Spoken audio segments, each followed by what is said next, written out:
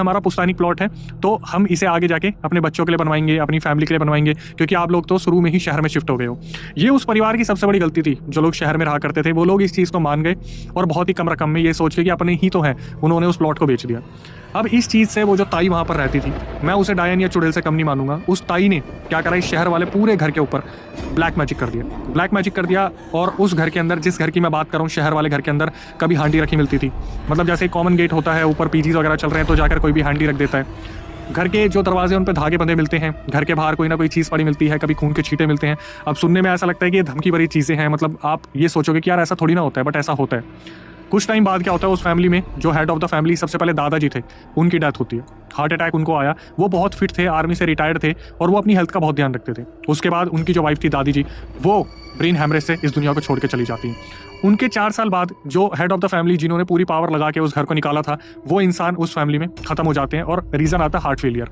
उसके बाद जब घर में अजीब अजीब सी हरकतें होती है, जैसे जो हेड ऑफ द फैमिली के बेटे थे उनमें आपस में लड़ाइयाँ होती हैं, बहुत ज़्यादा टेंशन का माहौल हो जाता है, दोनों की शादियाँ हो चुकी थी, घर परिवार में बन नहीं रही थी। तो जो छोटे वाला बेटा था, अचानक से उसे पता चलता है कि हमारे घर के अंदर किसी ने ब्लैक मैजिक कर दिया, किसी ने कोई ऐसी साजिश रची है जिसकी वजह से मेरा खुद का बड़ा भाई इस दुनिया में बहुत कम वक्त के लिए बचा है। छोटा भाई अलग अलग साइकिक मीडियम से मिलता है और तंत्र मंत्र वाले लोगों से मिलता है और पता करने की कोशिश करता है कि हमारे घर पे किसने ये सब कुछ किया है। तो उसे पता चलता है कि ताई जो है, ताई ने ये सब कुछ करा है। ताऊ जी एक वक्त के बाद गुजर जाते हैं जो गाँव वाले घर के थे, लेकिन ताई अपनी तरफ से रुक नहीं रही थी। वो अलग अलग लोगों से, कूड़ा बिनने वालों से या फिर सामान उठाने वालों से, जो बोतल इकट्ठा करने वाले हैं, उनको पैसे दे देकर उनसे काला जादू करवाती थी। और घर के अंदर बहुत सारी ऐसी क्रिया कर रखी थी कि जिस घर में शहर वाले लोग रहा करते थे, उनके बेड के नीचे अपने आप ही गेहूं के दाने, चावल के दाने, नींबू कटे हुए, पता नहीं कैसे कैसी चीजें पहुंच जाती थी। तो छोटे वाला जो भाई था वो अलग अलग साइकिक मीडियम, तंत्र मंत्र वाले लोगों से मिल रहा था और फिर उसे पता चलता कि जो बड़ा भाई है वो जाने वाला है। क्यों? क्योंकि इनके घर के ऊपर चौकी छोड़ रखी है। मतलब सबसे पहले दादाजी गए, 4 साल बाद दादी गई, 4 साल बाद जो थे पिताजी गए और अब उनके बेटे का नंबर आने वाला था।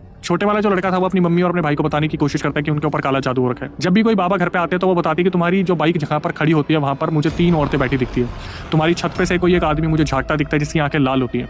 अब जब ये लोग इन सब चीज़ों के बारे में पता करना शुरू करते हैं तो बड़े भाई की वाइफ का एक दिन मिसकैरेज हो जाता है और वो कहीं यूपी में अपनी वाइफ को दिखाने जाता है। तो वहाँ पर एक बाबा बताते हैं कि मिसकैरेज इसलिए नहीं हुआ क्योंकि ये हेल्थ का ध्यान नहीं रखती, मिसकैरेज इसलिए हुआ है क्योंकि तुम्हारे जो पिताजी हैं, दादी हैं और दादा हैं, वो तीनों प्रेत योनि में चले गए हैं और वो घर में ही भटकते रहते हैं और उनको बहुत परेशान किया जा रहा है पिछले 8-10 सालों से। मतलब मैं ये तो मान के चलता हूँ कि 12 साल हो चुके हैं, लेकिन फिर भी कहीं ना कहीं जो पूजा पाठ करते थे वो दादा को लगती थी, दादी को लगती थी, पापा को लगती थी, लेकिन प्रेतों ने उन्हें बहुत परेशान कर रखा है। अब जो बड़ा भाई था वो समझ गया था कि छोटा भाई सच बोल रहा है और इसके आधार पर उन्होंने अपने घर पर पूजा पाठ करवाई और प्रेत योनि से पितृ योनि में अपने पूरे परिवार को डलवाया जो लोग इस दुनिया को छोड़ के जा चुके थे। और फिर ताई के ऊपर नेगेटिव इंपैक्ट पड़ता है और ताई जी की तबीयत बहुत ज़्यादा खराब होने लगती है, लेकिन ताई जी आज भी उनके परिवार के ऊपर ब्लैक मैजिक करवा रही है। यहाँ से